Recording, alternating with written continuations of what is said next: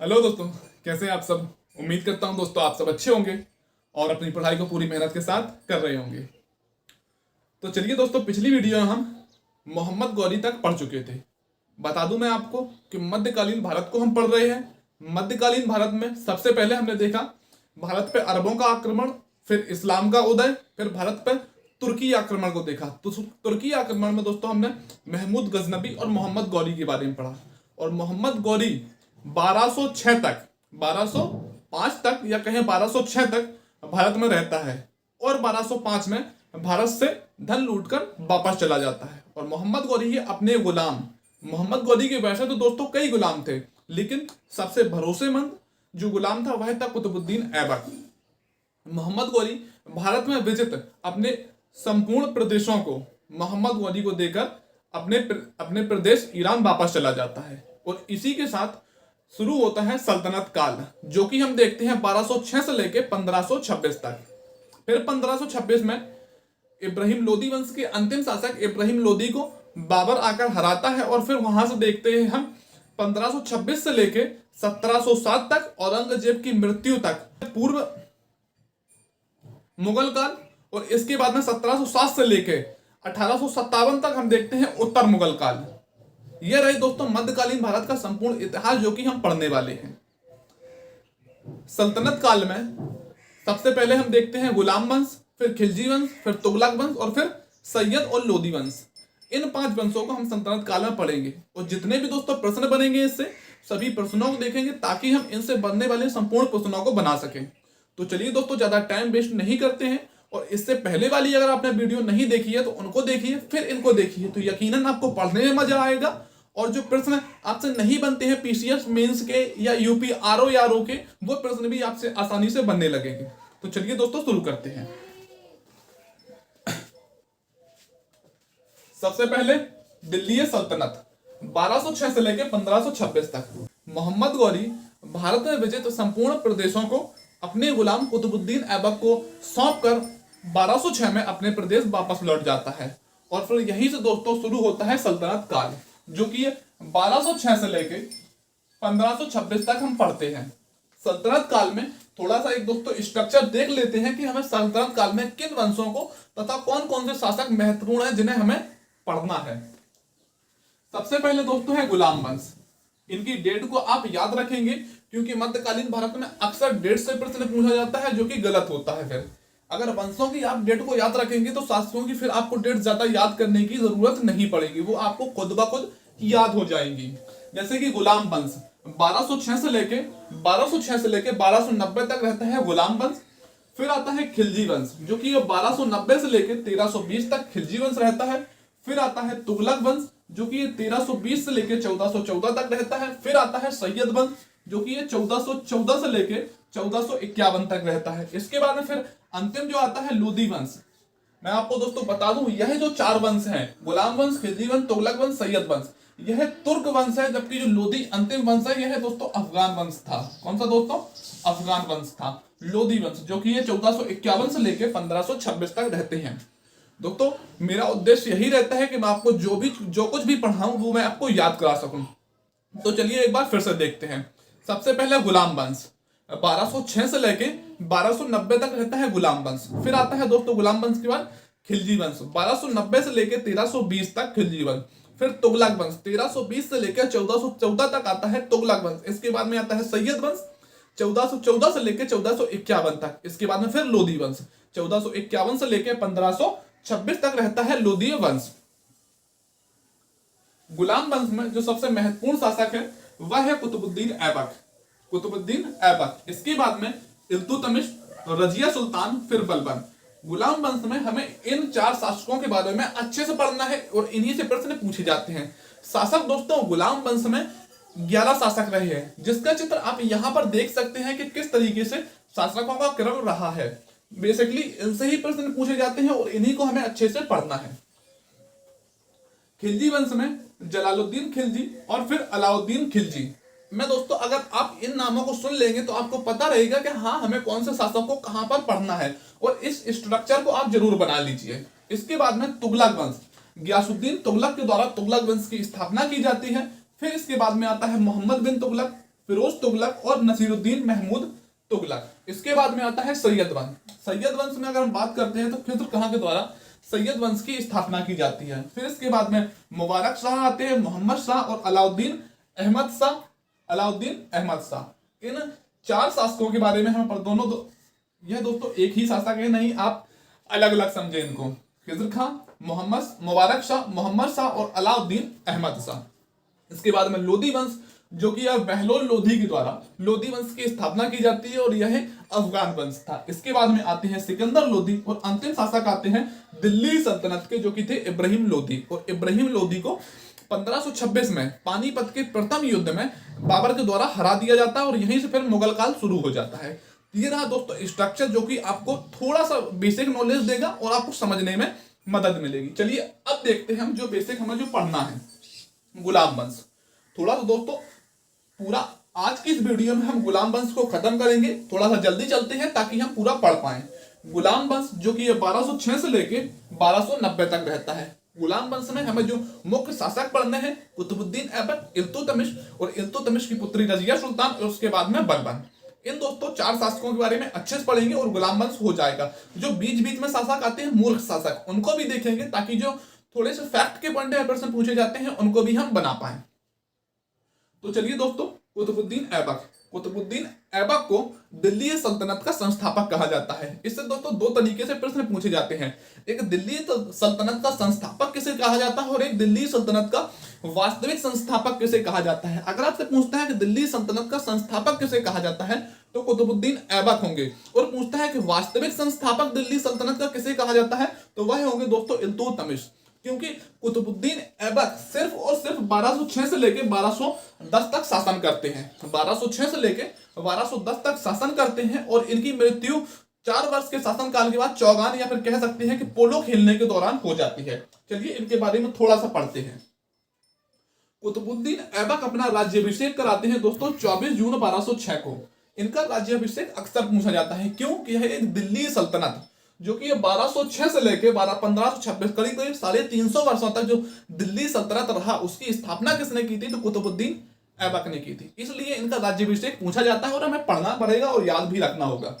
24 जून 1206 को राज्याभिषेक अपना कराते हैं। इसके बाद में पूछी जाती है कुतुबुद्दीन ऐबक की उपाधियां, इनके अर्थ। कुरान ख्वां कुतुबुद्दीन ऐबक कौन था दोस्तों? दिल्ली सल्तनत का संस्थापक था। कुतुबुद्दीन ऐबक को जो दोस्तों कुरान थी वह जुबानी याद थी, क्योंकि बगैर देखे कुरान कुतुबुद्दीन ऐबक पूरी पढ़ लेता था। कुरान खां कुतुबुद्दीन ऐबक की एक उपाधि थी। इसके बाद में लाख बख्श की भी उपाधि किसकी थी? कुतुबुद्दीन ऐबक की। क्यों थी? क्योंकि कुतुबुद्दीन ऐबक लाखों का दान देता था, बहुत बड़ा दानी था कुतुबुद्दीन ऐबक, इसलिए इसे लाख बख्श की उपाधि दी गई थी। इसके बाद में इसने उपाधियां जो धारण की, मलिक एवं सिपह सालार की उपाधि धारण की। याद रखेंगे यहाँ पर दोस्तों पीसीएस वगैरह में पूछा गया है कि कुतुबुद्दीन ऐबक ने इनमें से कौन सी उपाधियां धारण नहीं की थी। तो कुतुबुद्दीन ऐबक दिल्ली सल्तनत का संस्थापक तो था, लेकिन उसने कभी दोस्तों सुल्तान की उपाधियां धारण नहीं की थी। क्यों नहीं की थी? क्योंकि वो गुलाम था। और दोस्तों होता क्या था कि यह जो तुर्क सरदार सल्तनत में शासन करते हैं, शासक बनते हैं, तो उन्हें गुलामी से एक पत्र मिलता है गुलामी से मुक्ति के लिए, जो कि कुतुबुद्दीन ऐबक को प्राप्त नहीं हुआ था। फिर से देखते हैं कुतुबुद्दीन ऐबक कब से 1206 से 1210 तक शासन करता है। दिल्ली सल्तनत का संस्थापक कहा जाता है। राज्याभिषेक 24 जून 1206 को कराता है। उपाधि कुरान खां, लाख बख्श, मलिक, सिपह सालार की धारण करता है। और दोस्तों एक और उपाधि धारण करता है पील खां की, जो कि इसे हाथियों के द्वारा, हाथियों के सम्मान में यह उपाधियां दी गई थी पील खां की। कभी कभी पूछा जाता है भी, तो आप इसे भी याद रखेंगे। इसके बाद में दोस्तों कुतुबुद्दीन ऐबक के द्वारा राजधानी जो बनाया जाता है वह लाहौर को बनाया जाता है, क्योंकि 24 जून 1206 को जो राज्याभिषेक करवाया था कुतुबुद्दीन ऐबक ने, वह लाहौर में ही करवाया। तो राजधानी पहली सल्तनत काल की कौन सी थी दोस्तों? याद रखेंगे, बहुत इंपॉर्टेंट है। कुतुबुद्दीन ऐबक ने किसे राजधानी बनाया? तो लाहौर को बनाया था। और इसके बाद में कुतुबुद्दीन ऐबक ने कुछ निर्माण कार्य किए भारत में, क्योंकि अगर चाहे सल्तनत काल हो चाहे मुगल काल को देखें तो इनके द्वारा बहुत से भारत में स्थापत्य कला के लिए निर्माण करवाए गए हैं। क्योंकि हम देखते हैं जहां एक और ताजमहल है, कुतुब मीनार है, मध्यकालीन भारत के बहुत अच्छे स्थापत्य कला के नमूने भारत में अब भी मौजूद हैं। निर्माण की अगर दोस्तों हम बात करते हैं तो कुतुब उल इस्लाम मस्जिद का निर्माण किसने करवाया था? कुतुबुद्दीन ऐबक ने करवाया था। किसने दोस्तों? कुतुब उल इस्लाम मस्जिद। एग्जाम में बहुत ज्यादा पूछे जाते हैं। कुतुब उल इस्लाम मस्जिद का निर्माण किसने करवाया था? तो किसने करवाया दोस्तों? कुतुबुद्दीन ऐबक ने करवाया था। 2.5 दिन के झोपड़े का निर्माण कहां था दोस्तों? अजमेर में। अजमेर में यह है दोस्तों, दिल्ली में। कुतुब उल इस्लाम मस्जिद का निर्माण दिल्ली में किसने करवाया था? कुतुबुद्दीन ऐबक ने। यहां से कुतुब लगा है और कुतुबुद्दीन ऐबक आप याद रख सकते हैं। 2.5 दिन का झोपड़े का निर्माण किसने करवाया था? तो कुतुबुद्दीन ऐबक ने करवाया था अजमेर में। इसके बाद में कुतुब मीनार। कुतुब मीनार का निर्माण कार्य जो शुरू किया था वह कुतुबुद्दीन ऐबक ने किया था। किसने दोस्तों? कुतुब मीनार का अगर पूछे निर्माण किसने करवाया था तो आप टिक करिए कुतुबुद्दीन ऐबक। पूछता है शुरू किसने किया था? तो कुतुबुद्दीन ऐबक। और शुरू कर दिया था। फिर इनकी 1510 में 1210 में इनकी मृत्यु हो जाती है। फिर बनते हैं शासक इल्तुतमिश। इल्तुतमिश ने कुतुबुद्दीन ऐबक की चौथी और पांचवी मंजिल तक कुतुब मीनार को पूरा चौथी और पांचवी मंजिल तक बनवा दिया था। निर्माण कार्य जो पूरा किया या पुनर्निर्माण जो शुरू किया वह किया तुगलक वंश के शासक फिरोज शाह तुगलक ने। और फिर कुतुब मीनार को इन्होंने पूरा बनवाया था। इनके निर्माण कार्य में दोस्तों 2 ही 3 पॉइंट है जो याद रखेंगे आप। कुतुब उल इस्लाम मस्जिद का निर्माण करवाया था, 2.5 दिन का झोपड़ा बनवाया था और कुतुब मीनार का निर्माण करवाया था दिल्ली में। एक और प्रश्न कुतुब मीनार से यह दोस्तों पूछा जाता है कि कुतुब मीनार का निर्माण आखिर किनकी याद में करवाया गया था? तो एक तरह से कुतुबुद्दीन बख्तियार काकी, एक संत हैं, सूफी संत हैं, कुतुबुद्दीन बख्तियार काकी की याद में कुतुबुद्दीन ऐबक के द्वारा कुतुब मीनार का निर्माण करवाया गया था। इसके बाद में दोस्तों 4 वर्ष शासन करने के बाद 1210 में चौगान या पोलो खेलने के दौरान इनकी मृत्यु हो जाती है। कहां हो जाती है दोस्तों? 1210 में चौगान या फिर वर्तमान में हम कहें तो पोलो खेलने के दौरान इनकी मृत्यु हो जाती है। कहां पर? लाहौर में। और लाहौर में ही इनका मकबरा बना हुआ है। मकबरा कहां पे है? लाहौर में, कुतुबुद्दीन ऐबक का। तो एग्जाम में प्रश्न पूछा जाता है कि सल्तनत काल के किस शासक की मृत्यु चौगान या पोलो खेलने के दौरान हुई थी? तो किसकी हुई थी? कुतुबुद्दीन ऐबक की हुई थी। इनका मकबरा कहां पर है? लाहौर में है। पूछता है चौगान को अब क्या कहा जाता है? तो पोलो कहा जाता है। यह भी दोस्तों आप याद रखेंगे। इनके बारे में थोड़ा सा और है कि इनके दरबार में विद्वान थे। इनके दरबार में विद्वान तो काफी थे, लेकिन 2 ही विद्वान पूछे जाते हैं। एक तो पूछा जाता है दोस्तों हसन निजामी और एक फर्रुखमुद्दीन। फर्रुखमुद्दीन के में दोस्तों अलग अलग बुकों में अलग अलग नाम देखिए। फर्रुखमुद्दीन भी है, फर्रुखबुद्दीन भी है, यह कैसे नाम है, लेकिन आपको जो देखने को मिलेगा वह फर्रुखमुद्दीन ही देखने को मिलेगा। पूछेगा एग्जाम में आपसे कि कुतुबुद्दीन ऐबक के दरबार में कौन से विद्वान थे या कौन से दरबारी कवि थे? तो एक हसन निजामी थे और एक फर्रुखमुद्दीन थे। इन पॉइंट्स को भी दोस्तों आप याद रखें। यकीनन दोस्तों चीजें हिस्ट्री की डिफिकल्ट होती हैं, जब हम उनको एक दूसरे से रिलेट करके जोड़ के पढ़ेंगे तो आपको बहुत मजा आएगा। इसीलिए मैंने दिल्ली सल्तनत के या सल्तनत काल के पूरे स्ट्रक्चर को मैंने आपको बताया। क्यों बताया? कि ताकि आपके दिमाग में थोड़ा सा आए कि आखिर किस तरीके से हमें चीजों को पढ़ना है, फिर अच्छे से हम पढ़ पाएंगे। तो सबसे पहले हमने कुतुबुद्दीन ऐबक को देखा, तो जो 1206 से लेकर 1210 तक शासन करते हैं। इसके बाद में दोस्तों शासक बनते हैं बहराम शाह।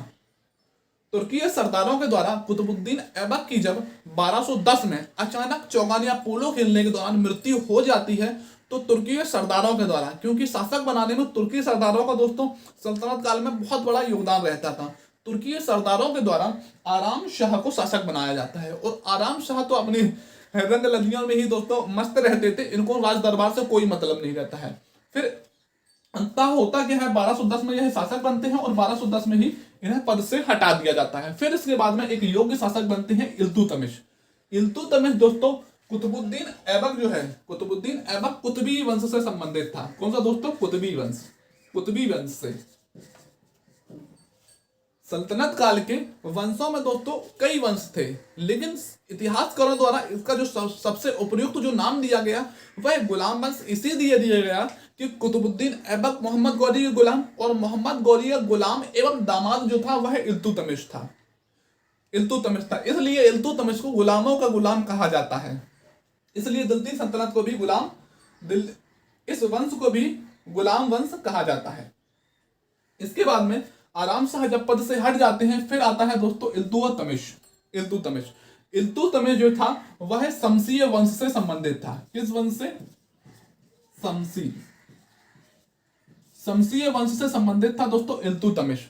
और 1210 से लेके 1236 तक शासन करता है इल्तुतमिश। कब से? 1210 से लेके 1236 तक इल्तुतमिश शासन करता है। याद रखेंगे इनकी डेट्स को दोस्तों, बहुत ज्यादा इंपॉर्टेंट है। और मोहम्मद कह सकते हैं कि कुतुबुद्दीन ऐबक के द्वारा इल्तुतमिश को जो उपाधि दी गई थी तो वह अमीर ए शिकार की उपाधि दी गई थी। कौन सी दोस्तों? अमीर ए शिकार की उपाधि इल्तुतमिश को किसके द्वारा दी गई थी? तो वह दोस्तों कुतुबुद्दीन ऐबक के द्वारा दी गई थी। कुतुबुद्दीन ऐबक ने अपनी ये पुत्री का विवाह इल्तुतमिश से किया था। क्या दोस्तों? कुतुबुद्दीन ऐबक ने अपनी ये पुत्री का विवाह किया था इल्तुतमिश से।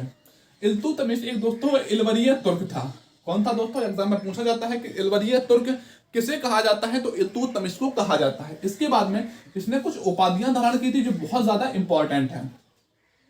सुल्तान आजम की उपाधि धारण की थी और इसे गुलामों का गुलाम कहा जाता था। सुल्तान आजम की आखिर उपाधि क्यों धारण की थी, इसको देखते हैं। सबसे पहले कि 1229 में यह एक स्वतंत्र शासक बना। स्वतंत्र शासक मैंने आपको बताया कि कैसे बनते हैं कि खलीफा के द्वारा, इस्लाम में जो खलीफा होते हैं, खलीफा के द्वारा, जो कि उस समय थे अल कादिर बिल्लाल, खलीफा के द्वारा 1229 में इल्तुतमिश को एक स्वतंत्रता का पत्र दिया जाता है। तो यह दास्ता से स्वतंत्र हो जाता है। दास्ता से जब स्वतंत्र हो जाता है तो यह उपाधि धारण करता है सुल्तान की, और दिल्ली सल्तनत का वास्तविक संस्थापक बनता है। दिल्ली सल्तनत का वास्तविक संस्थापक किसे कहा जाता है? तो इल्तुतमिश को कहा जाता है। दिल्ली सल्तनत का पहला शासक जिसने सुल्तान की उपाधि धारण की थी वह दोस्तों इल्तुतमिश ही था। 1229 में दास्ता से यह मुक्त हुआ था। सुल्तान आजम की उपाधि धारण की, गुलामों का गुलाम क्यों कहा जाता था? तो कुतुबुद्दीन ऐबक अपने आप में मोहम्मद गौरी का गुलाम, और फिर मोहम्मद गौरी का गुलाम, फिर इल्तुतमिश जो था वह कुतुबुद्दीन ऐबक का गुलाम, इसलिए इसे गुलामों का गुलाम कहा जाता था। और बदायूं का शासक बनने से पहले बदायूं का यह सूबेदार था, क्योंकि कुतुबुद्दीन ऐबक के द्वारा इसे बदायूं का सूबेदार नियुक्त किया गया था। 1221 में, यह दोस्तों बहुत इंपॉर्टेंट पॉइंट है, याद रखेंगे, कई बार पूछा जाता है। 1221 में चंगेज खां ख्वारिज़्म शाह के पुत्र, याद रखेंगे, बहुत ज्यादा इंपॉर्टेंट है, कई बार पीसीएस मेंस में पूछा गया है।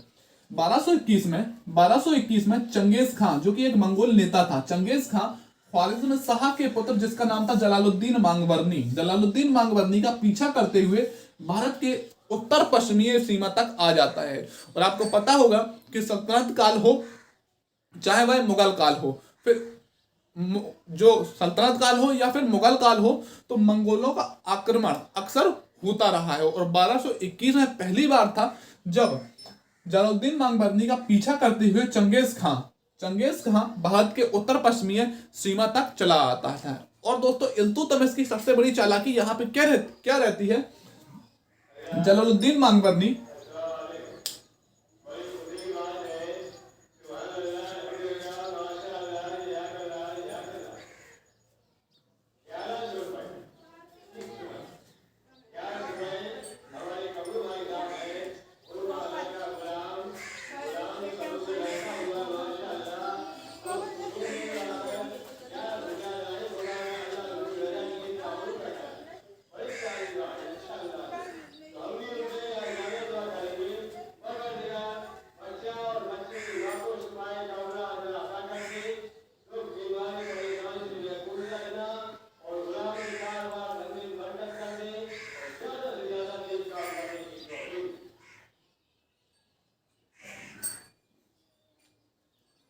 इल्तुतमिश की सबसे बड़ी दोस्तों चालाकी यही रहती है कि जब जलालुद्दीन मांगवरनी, जो कि इल्तुतमिश का मित्र था, वह मंगोलों के डर से, चंगेज खां के डर से इल्तुतमिश के दरबार में आता है, तो इल्तुतमिश साफ मना कर देता है कि हम अपने दरबार में तुम्हें आश्रय नहीं देंगे, और अपने दरबार से भगा देता है।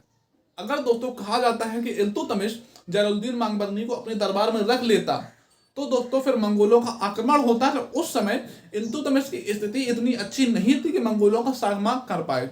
मंगोलों की अगर दोस्तों हम बात करें तो मंगोल तिब्बतीय क्षेत्रों में, कजाकिस्तान वाले क्षेत्रों में एक बहुत बड़ी बर्बर एक जनजाति थी, जिनके सामने दोस्तों बड़े बड़े शासक नहीं टिक पाते थे।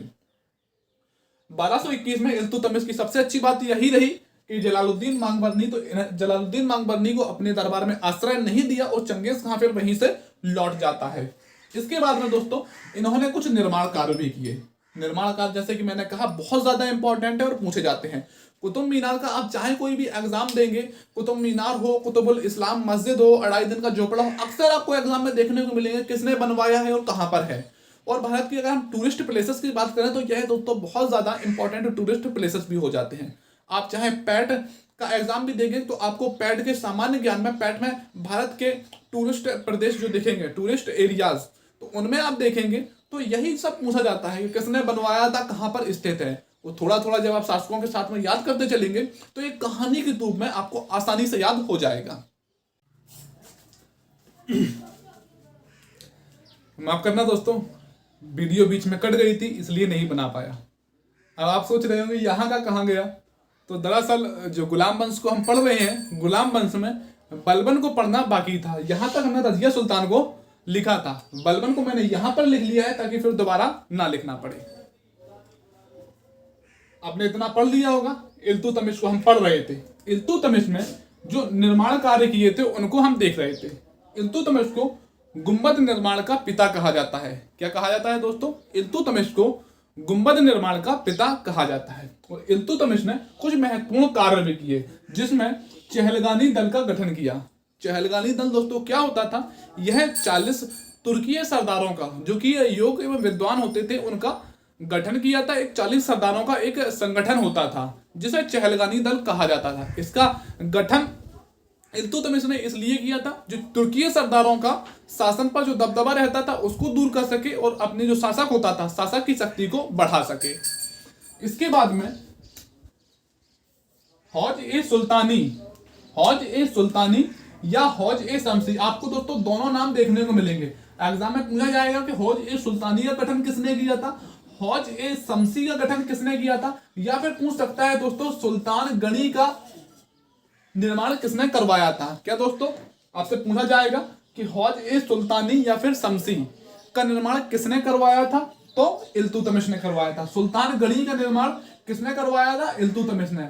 आप यूपी पीसीएस का पीई का पेपर देखिए, शायद 2020 में यह एग्जैक्ट प्रश्न पूछा गया है कि सुल्तान गणी का निर्माण किसने करवाया था, और मैच करने को दिया गया था। अगर आपको केवल यही पता होता तो पूरे प्रश्न को आप आसानी से कर पाते।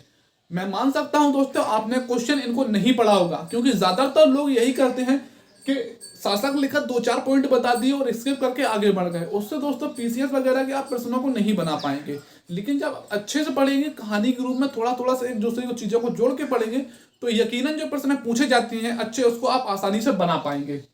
आपसे एग्जाम में पूछा जाए चाहे कि हौज ए सुल्तानी या फिर शमसी का निर्माण किसने करवाया था, या फिर सुल्तान गणी का निर्माण किसने करवाया था, तो किसने करवाया था? इल्तुतमिश ने करवाया था।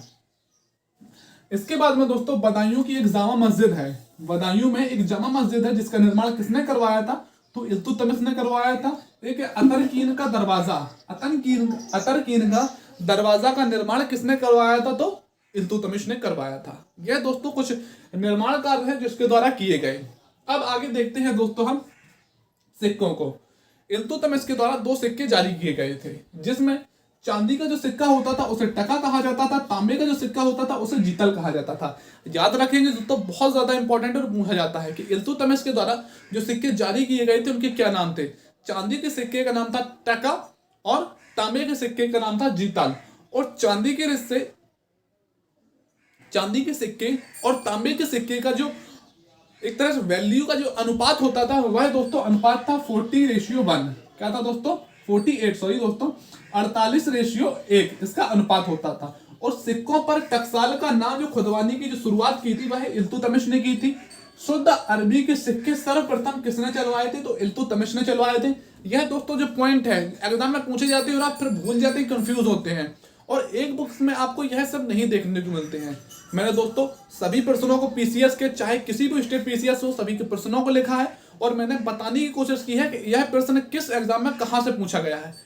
इसको पढ़ने के बाद आप एसएससी वगैरह के प्रश्नों को बहुत आसानी से बना पाएंगे। सॉरी दोस्तों, और पीसीएस वगैरह के जो प्रश्न हैं उनको भी आप आसानी से बना पाएंगे। पहली बात, चांदी का टका और तांबे के जीतल चलाया। इनका रेशियो जो होता था, चांदी और तांबे का 48:1 होता था। सिक्कों पर टकसाल का नाम खुदवानी की परंपरा इल्तुतमिश ने शुरू की और शुद्ध अरबी के सिक्के सर्वप्रथम जो चलाए इल्तुतमिश ने चलवाए। और सिक्कों पर एक नाम देखा था खलीफा का, जिसका नाम है खलीफा अल मुस्तरीन। यह एक बार हरियाणा पीसीएस के एग्जाम में पूछा गया था, इसलिए मैंने लिखा है कि खलीफा अल मुस्तनसीर किसके सिक्कों पर रहता था, तो इल्तुतमिश के सिक्कों पर रहता था। इसके बाद में दोस्तों बिहार का सूबेदार इसने मलिक जानी को नियुक्त किया था। बीपीएससी में दोस्तों कई बार पूछा गया है कि चाहे वो 59 हो, चाहे कोई भी बीपीएससी हो, उसमें कई बार पूछा गया है कि बिहार का सूबेदार इल्तुतमिश ने किसे नियुक्त किया गया है, किसे नियुक्त किया था, तो किसे, मलिक जानी को नियुक्त किया था। इसने एक और दोस्तों बहुत महत्वपूर्ण कार्य किया था और एग्जाम में बार बार पूछा जाता है कि एकता प्रथा की शुरुआत किसने की थी। हम रट तो लेते हैं कि एकता प्रथा की शुरुआत इल्तुतमिश ने की थी, लेकिन आखिर एकता प्रथा क्या है, तो चलिए थोड़ा सा समझ लेते हैं। एकता का अर्थ होता है दोस्तों भूमि या फिर जमीन। अब इसने क्या किया था कि पहले शासकों को, जो शासक होते थे, शासकों के द्वारा जो सेना रखी जाती थी, उनको पहले वेतन दिया जाता था, लेकिन इसने वेतन के बदले भूमि प्रदान की। इसे ही दोस्तों कहते हैं एकता प्रथा। एकता प्रथा की शुरुआत किसने की थी? इल्तुतमिश ने की थी। और सबसे महत्वपूर्ण मैं कहूं, अगर इल्तुतमिश में कोई पॉइंट है तो वह यही पॉइंट है। पूछता है कि लाहौर से राजधानी दिल्ली को किसने बनाया था, तो इल्तुतमिश ने बनाया था। क्योंकि हमने पढ़ा था कि कुतुबुद्दीन ऐबक के द्वारा लाहौर को राजधानी बनाया गया था, लेकिन जो दूसरी राजधानी सल्तनत काल में या दिल्ली सल्तनत में बनाई जाती है इल्तुतमिश के द्वारा, वह दिल्ली को बनाई जाती है। और पहली बार था जब दिल्ली को किसी ने राजधानी के रूप में चुना था। बहुत इंपॉर्टेंट है, बार बार आपको एग्जाम में साथ खासकर पीसीएस वगैरह में आपको देखने को मिलेगा कि लाहौर से दिल्ली राजधानी किसने स्थानांतरित की थी, तो इल्तुतमिश ने की थी। इसके बाद में दोस्तों अब शासक बनते हैं तो रुकनुद्दीन फिरोज। 1236 में 1210 से लेकर 1236 तक थे इल्तुतमिश। इल्तुतमिश की जब 1236 में मृत्यु हो जाती है तो शासक बनते हैं कौन? रुकनुद्दीन फिरोज शासक बनते हैं। रुकनुद्दीन फिरोज दोस्तों 1236 में शासक बनते हैं। एकता की प्रथा की शुरुआत किसने की थी, तो इल्तुतमिश ने की थी। इल्तुतमिश के बारे में दोस्तों 2-3 पॉइंट और हैं जो इंपॉर्टेंट है, जो आपको याद रखने होंगे कि इल्तुतमिश ने न्याय के लिए 2 शेरों का निर्माण किया था। और उसने यह सब मैं जो बात बता रहा हूं दोस्तों इब्न बतूता जो मोरक्को का यात्री था। इब्न बतूता ने अपनी पुस्तक में लिखा है रिहला में कि इल्तुतमिश ने न्याय के लिए 2 शेरों के गले में घंटी बांध रखी थी। जो भी न्याय के लिए आता था वो घंटी को बजाता था और न्याय उसको दिया जाता था। न्याय सभी के लिए बराबर था और बहुत अच्छे तरीके से इल्तुतमिश के शासनकाल में न्याय व्यवस्था थी। इसके बारे में एक और पॉइंट है, आपने तराइन का प्रथम युद्ध पढ़ा है, तराइन का द्वितीय युद्ध पढ़ा है, लेकिन तराइन का तृतीय युद्ध पूछा जाता है पीसीएस मेंस में कभी कभी। तराइन का तृतीय युद्ध जो हुआ था उसमें इल्तुतमिश ने, मैं दोस्तों लिख देता हूं, तराइन का तृतीय युद्ध, इसमें इल्तुतमिश ने ताजुद्दीन अहदौल को पराजित किया था। किसे दोस्तों? ताजुद्दीन अहदौल। याद रखेंगे दोस्तों, तराइन का तृतीय युद्ध में ताजुद्दीन अहदौल को इल्तुतमिश ने पराजित किया था, जो कि 1215 में हुआ था। कब हुआ था दोस्तों? 1215 में हुआ था। इल्तुतमिश के बारे में दोस्तों जितने भी पॉइंट्स बन सकते थे हमने सभी को अच्छे से डिस्कस किया। अब इसके बाद आपको इल्तुतमिश में कुछ और पढ़ने की जरूरत नहीं है। अब इल्तुतमिश की 1236 में मृत्यु हो जाती है तो उसका पुत्र शासक बनता है, जिसका नाम है दोस्तों रुकनुद्दीन फिरोज। और रुकनुद्दीन फिरोज की अगर बात करें तो दोस्तों एक मूर्ख टाइप का मंदबुद्धि व्यक्ति था। इल्तुतमिश नहीं चाहता था कि उसका पुत्र शासक बने। उसकी जो मर्जी थी, जो मंशा उसकी थी वह थी कि रजिया सुल्तान उसकी जो पुत्री थी वह शासक बने। लेकिन तुर्की सरदारों में उस समय यह प्रथा प्रचलित में नहीं थी कि कोई महिला शासक बने। इसलिए दोस्तों होता क्या है कि रुकनुद्दीन फिरोज को 1236 में शासक बना दिया जाता है। अब यह दोस्तों था तो मूर्ख, वही दोस्तों दासियों में रंगलनियों में मस्त रहता था। लेकिन दोस्तों इसका जो शासन चलाया जाता था वह चलाया जाता था इसकी माता, जिनका नाम था शाह तुर्कान। याद रखेंगे दोस्तों, रुकनुद्दीन फिरोज को शासक तो बना दिया गया था, लेकिन जो वास्तविक शासन जो चला रही थी वह इनकी माता शाह तुर्कान चला रही थी। और शाह तुर्कान दोस्तों एक तो बहुत कह सकते हैं कि एक बिल्कुल शासक बनने के काबिल नहीं थी। क्यों नहीं थी कि जब शासक बनती हैं तो उन सभी सरदारों को कत्ल करवा देती हैं जो इनके विपक्ष में वोट देते हैं। और जनता के प्रति भी इन्होंने बहुत सारी कठोर नीतियां भी अपनाई थी, जिनके जो जनता थी इनसे एक तरह से कह सकते हैं कि जनता का मन इनसे भर चुका था। फिर अंततः होता क्या है, रजिया सुल्तान जो कि ये शासक बनना चाहती थी, रजिया सुल्तान एक लाल कलर का कह सकते हैं कि एक कपड़ा ओढ़ के पहुंच जाती है जनता के बीच में और कहती हैं कि इन सभी शाह तुर्कान की क्रूर नीतियों से मैं आपको छुटकारा दिलाऊंगी, बस आप मुझे शासक बना दें। तो इसी के साथ क्या होता है कि शाह सुल्तान को हटा दिया जाता है और शासक बनती है रजिया सुल्तान। और रजिया सुल्तान 1236 से लेकर 1240 तक शासन करती हैं। कब तक दोस्तों? 1236 से 1240 तक। बहुत इंपॉर्टेंट है इनकी डेट, याद रखेंगे, कई बार पूछा जाता है, एसएससी में तो खासकर दोस्तों पूछा जाता है कि रजिया सुल्तान ने कब से कब तक शासन किया है। तो 1236 तक शासन किया है। मध्यकालीन भारत की पहली महिला जो सुल्तान, पहली महिला शासका थी, पहली महिला थी जो शासक बनी। कौन थी दोस्तों? रजिया सुल्तान थी। इनके बारे में चलिए दोस्तों पढ़ते हैं। रजिया सुल्तान हमने यहां पर देखा, रुकनुद्दीन फिरोज 1236 में शासक बने, जबकि माता जो थी इनकी शाह तुर्कान वास्तविक शासन चलाती थी। फिर बनती है रजिया सुल्तान। रजिया सुल्तान 1236 से लेकर शासन 36 से लेकर 40 तक शासन करती हैं। दोस्तों रजिया सुल्तान शासक तो बन जाती है, लेकिन यह एक व्यक्ति था जिससे यह प्रेम करती थी। उसका एग्जाम में बार बार प्रश्न पूछा जाता है कि जिसका नाम था जलालुद्दीन याकूत। जलालुद्दीन याकूत जो कि अबिसिनिया का निवासी था। याद रखेंगे, एक बार यह भी पूछा गया है कि जलालुद्दीन याकूब जो था वह अबिसिनिया का निवासी था, जिससे रजिया सुल्तान प्रेम करती थी और इसे अमीर ए आखूर का पद दिया था। अमीर ए आखूर जो होता था दोस्तों उस समय एक तरह से कह सकते हैं कि वो घुड़सेना होती थी, घुड़सवार जो होते थे, घुड़सेना का प्रमुख होता था अमीर ए आखूर। क्या होता? अश्वशाला, एक तरह से कह सकते हैं कि अश्वशाला का प्रमुख, अश्वशाला का प्रमुख होता था दोस्तों अमीर ए आखूर का पद किसे दिया गया था? जलालुद्दीन याकूब को दिया गया था, जिससे रजिया सुल्तान प्रेम करती थी। ठीक है, अब दोस्तों होता क्या है, अबिसिनिया का निवासी था, इसलिए तुर्की सरदारों को यह नहीं भाता है। इसके बाद में इसको मार दिया जाता है और भटिंडा के शासक थे जिनका नाम था अल्तुनिया। याद रखेंगे, बहुत इंपॉर्टेंट है। भटिंडा के शासक थे अल्तुनिया, रजिया सुल्तान को अगवा कर लेते हैं, अगवा करके ले जाते हैं। और फिर रजिया सुल्तान द्वारा एक और चाल चली जाती है जिसमें यह क्या करती हैं कि अल्तुनिया से ही विवाह कर लेती हैं, विवाह कर लेती हैं, फिर आके गद्दी पे बैठती हैं, गद्दी पे बैठ जाती हैं। लेकिन इनके जो भाई थे उनके द्वारा इन्हें गद्दी से हटा दिया जाता है और तुर्की सरदारों के साथ मिलकर इनकी हत्या करवा दी जाती है। एग्जाम में पूछा जाता है कि इनकी हत्या जो की गई थी, अल्तुनिया की और रजिया सुल्तान की हत्या दोस्तों साथ में की गई थी। और कहां पर की गई थी? यह की गई थी हरियाणा में एक जगह है कैथल, कैथल के निकट इनकी मृत्यु करवा दी गई थी। तो याद रखेंगे, बहुत इंपॉर्टेंट है। इनसे केवल 3 ही प्रश्न पूछे जाते हैं कि रजिया सुल्तान मध्यकालीन भारत की प्रथम महिला शासका थी। कौन थी दोस्तों? मध्यकालीन भारत की प्रथम महिला शासका थी। जलालुद्दीन याकूत से इन्होंने दोस्तों विवाह किया था, जो कि अबिसिनिया का निवासी था, और उसे अमीर ए आखूर का पद दिया था। इसके बाद में इन्होंने विवाह जो कर लिया था वह कर लिया था भटिंडा के शासक अल्तुनिया से, अल्तुनिया, और इनकी मृत्यु की जाती है किनके द्वारा दोस्तों? रजिया सुल्तान को पद से हटाने में तुर्की सरदारों का ही हाथ था। पीसीएस में, यूपी पीसीएस में पूछा गया है किनका हाथ था? तुर्की सरदारों का हाथ था। और इनकी मृत्यु हरियाणा में कैथल के निकट करवा दी जाती है।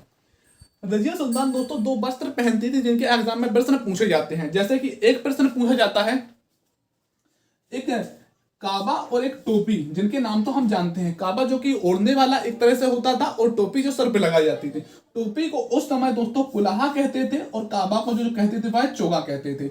इनको दोनों नामों को आप याद रखेंगे, पूछा जाता है कि क्या पहनती थी। तो चोगा और कुलाहा पहनती थी। ठीक है दोस्तों, चलिए अब आगे बढ़ते हैं। अब आते हैं रजिया सुल्तान की जो मृत्यु की जाती है, या जो इनकी कैथल के निकट मृत्यु करवाई जाती है, वह करवाई जाती है दोस्तों बहरम शाह के द्वारा। इनके द्वारा बहरम शाह। और बहरम शाह के समय में यह भी दोस्तों एक मंदबुद्धि ही शासक था, क्योंकि इसका जो शासनकाल 2 वर्षों का रहा, उन 2 वर्षों में तुर्की सरदारों का एक शासन में विशेष योगदान रहा। शासक केवल नाम मात्र का होता था। जो शासन चलाया जाता था 40 सरदारों के द्वारा चलाया जाता था, जो कि तुर्क ए चहलगानी थी, जिसका निर्माण इल्तुतमिश ने किया था। 1240 से 42 तक यह शासन करते हैं। 40 जो शासक थे चहलगानों के द्वारा संपूर्ण शासन चलाया जाता था। और इनके शासनकाल में प्रमुख घटना है जो पूछी जाती है। 1241 में मंगोलों का आक्रमण होता है दोस्तों लाहौर में। कहां पर? लाहौर में मंगोलों का आक्रमण होता है, इन्हीं के शासनकाल में हुआ था। और 1242 में इनकी मृत्यु हो जाती है। इसके बाद में दूसरा शासक बनता है दोस्तों मसूद शाह। यह दोस्तों पढ़ने की जरूरत नहीं है, लेकिन मैं दोस्तों इसीलिए पढ़ा रहा हूं।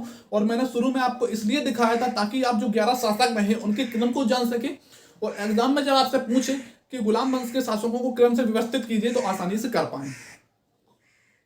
रजिया सुल्तान के बाद बहराम शाह के बाद मसूद शाह शासक बनते हैं।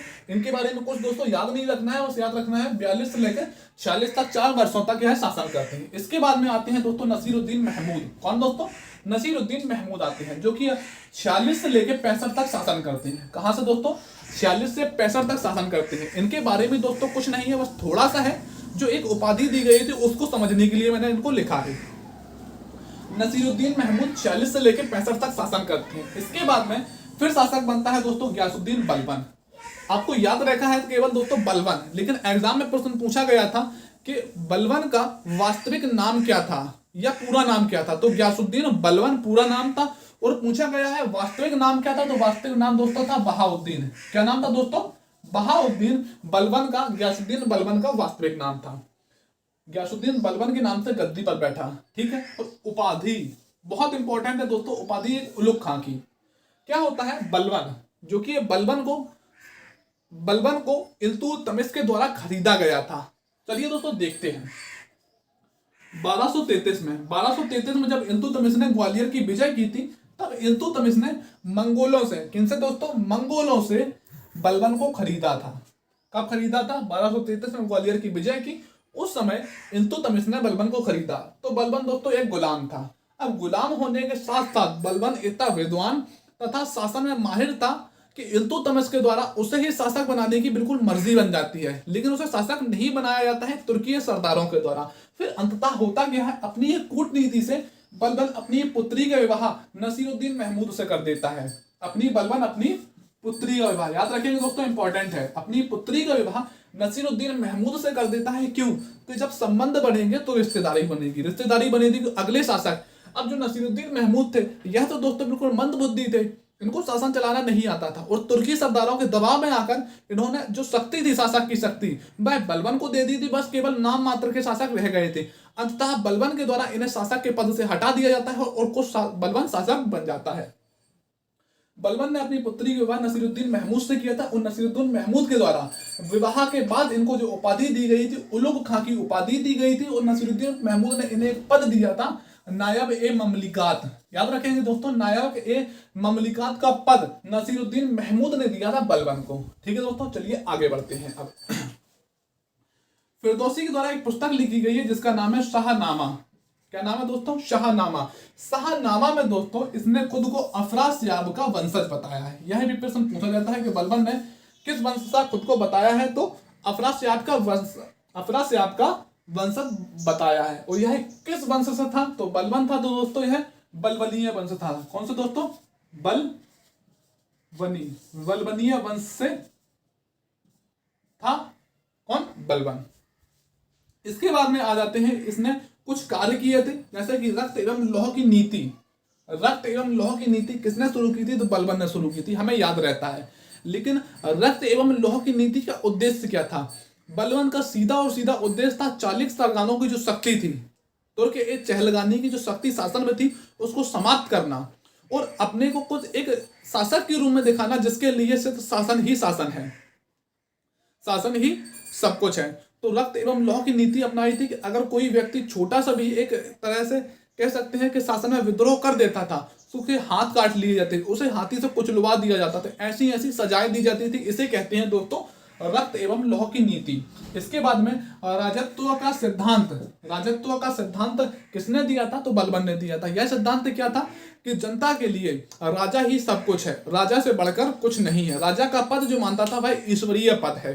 खुद को इसने एक उपाधि दी थी, वह दी थी दोस्तों कौन सी? जिले इलाही की उपाधि। कहां पर दोस्तों? जिले इलाही, जिले इलाही की उपाधि दी थी।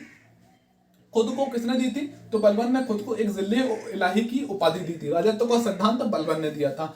इसने कुछ प्रथाएं भी शुरू की थी, जैसे सिजदा एवं फोबोस, जो प्रथाएं शुरू की थी। सिजदा क्या होता है? तो शासक के सामने घुटनों के बल बैठकर सिजदा करना, यह होता था दोस्तों सिजदा। और पोबोस क्या होता था? पांवों को शासक के चूमना। सिजदा एवं पोबोस प्रथा किसने शुरू की थी? तो बलबन ने शुरू की थी। और अपने धर्म में पारसी धर्म की तरह अपने शासन काल में पारसी धर्म का एक त्योहार मनाने की शुरुआत किसने की थी? नवरोज, जो है दोस्तों बलबन के द्वारा ही की गई थी। किसके द्वारा? बलबन के द्वारा। एग्जाम में पूछा जाता है कि नवरोज त्योहार किसने मनाना सर्वप्रथम भारत में शुरू किया था? तो बलबन ने किया था। इसने 2 विभाग खोले थे, जो कि आरओ यारो मेंस या किसी भी स्टेट बीसीएस मेंस के लिए बहुत ज्यादा इंपॉर्टेंट है और भर भर के इससे प्रश्न पूछे गए हैं। एक दोस्तों दीवाने आरिज की स्थापना की थी और दीवान ए बिजारित की इसने स्थापना की थी। कौन से दोस्तों विभाग बनाए थे? एक गुप्त विभाग तो इसने खोला था जिसका नाम था दोस्तों बरीद। क्या नाम था? बरीद। इसको आप याद ही रखेंगे। गुप्त विभाग खोला था। सबसे पहले 40 दल का समाप्त, 40 सरदारों को जो दल था इसे किसने समाप्त किया था? तो बलबन ने समाप्त किया था। इसकी स्थापना किसने की थी? इल्तुतमिश ने इसकी स्थापना की थी। 40 दल जो सरदारों का जो दल था उसको समाप्त कर एक गुप्त विभाग बनाता है बलबन, जिसका नाम था बरीद। क्या नाम था? बरीद। उस समय गुप्त विभाग को ही बरीद कहा जाता था। 2 अन्य विभाग, एक दीवाने आरिज और एक है दीवाने विजारत। दीवाने आरिज की स्थापना जो किसने की थी? बलबन ने की थी। दीवाने विजारत की स्थापना किसने की थी? बलबन ने की थी। दीवाने आरिज जो कि एक सैन्य विभाग होता था, सैन्य विभाग होता था। दीवाने आरिज सैन्य विभाग की स्थापना इसने मंगोलों के आक्रमण से खुद को बचाने के लिए की थी। मंगोलों के आक्रमण से खुद को बचाने के लिए की थी। और दीवाने विजारत की जो स्थापना की थी वह वित्त विभाग था। वित्त विभाग जो कि संपूर्ण वित्त के लेन देन को देखता था, ताकि किसी और का इसमें हस्तक्षेप न हो सके। इसके दरबार में 2 विद्वान रहते थे, एक अमीर खुसरो, जिन्हें तो आप जानते हो कि जिनका एक अन्य नाम है बहुत महत्वपूर्ण है, तूतीय हिंद। क्या नाम है दोस्तों? तूतीय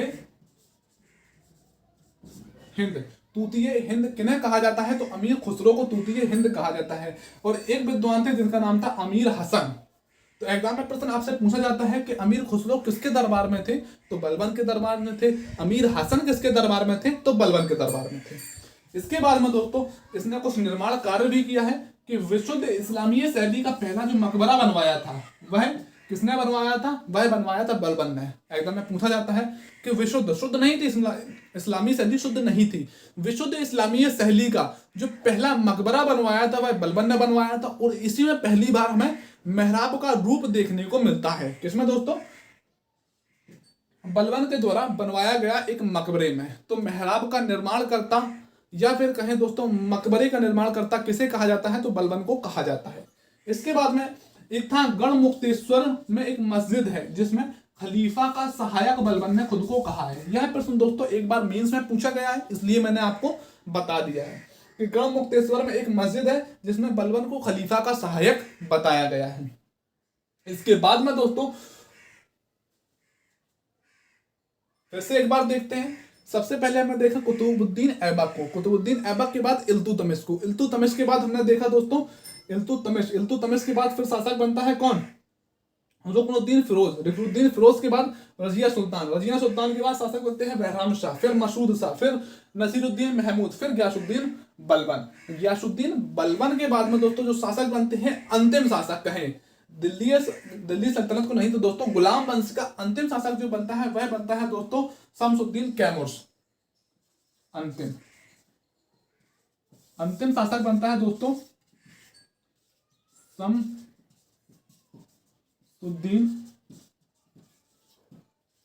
कैमूर। शमसुद्दीन कैमूर गुलाम वंश का अंतिम शासक था, जिसे जलालुद्दीन खिलजी के द्वारा हराकर खिलजी वंश की स्थापना की जाती है। तो दोस्तों फाइनली हम पढ़ चुके हैं गुलाम वंश को।